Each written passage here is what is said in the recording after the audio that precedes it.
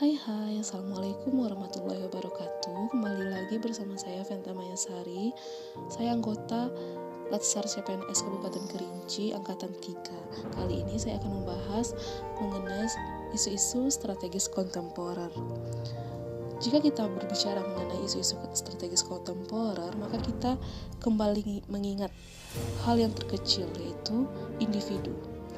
Sifat manusia yang bernafsu dan berakal, sehingga menghasilkan kehidupan dinamis yang selalu ingin berubah, sehingga menghasilkan perubahan lingkungan strategis yang akhirnya memiliki dampak positif dan negatif. Dampak positifnya yaitu meningkatnya kualitas hidup, dan dampak negatifnya yaitu munculnya isu-isu strategis kontemporer. Isu-isu strategis kontemporer ini sendiri terdiri dari korupsi.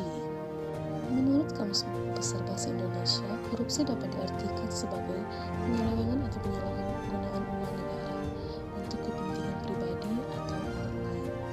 Yang kedua yaitu narkoba.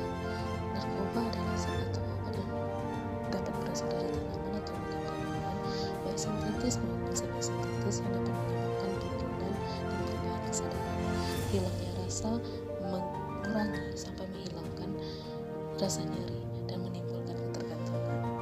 Yang ketiga itu terorisme dan radikalisme. Terorisme secara kasar merupakan suatu istilah yang digunakan untuk penggunaan kekerasan terhadap penduduk sipil atau non untuk mencapai tujuan politik dalam skala yang lebih kecil daripada perang.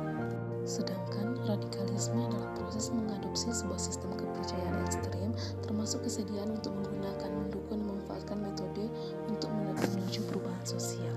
Yang keempat yaitu money laundering, yaitu kasus pencucian uang, adalah istilah untuk uang atau harta kekayaan yang berasal dari kejahatan, sehingga diharapkan setelah pemutihan atau pencucian tersebut, uang atau harta kekayaan tadi tidak terdeteksi lagi sebagai uang hasil kejahatan, melainkan telah menjadi uang atau harta kekayaan yang halal, seperti uang-uang bersih ataupun aset-aset berupa harta kekayaan bersih lainnya.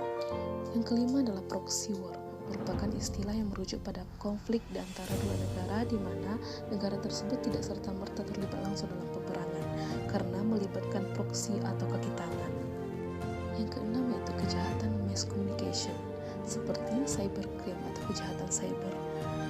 Kemudian ada hate speech atau ujaran kebencian dalam bentuk provokasi, hinaan atau insultan. Kemudian ada hoax, adalah berita atau pesan yang isinya tidak dapat dipertanggungjawabkan.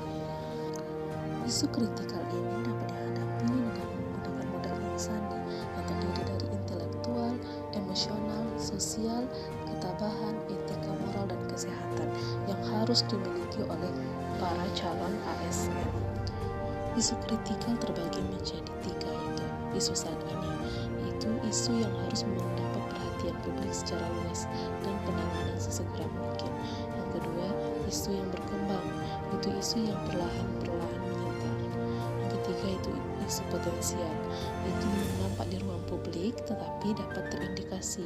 Isu-isu tersebut dapat diidentifikasi melalui environmental scanning, problem solving, dan berpikir analisis, yang dapat dipahami dengan model pattern lake yang terdiri dari government, academic, business, community, dan media, yang dianalisis dengan teknik analisis fishbone atau SWOT sehingga menghasilkan alternatif rekomendasi penyelesaiannya.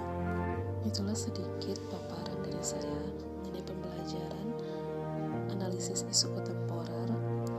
Terima kasih atas perhatiannya. Jika ada kesalahan, saya mohon maaf. Kita kembali lagi pada pembelajaran berikutnya.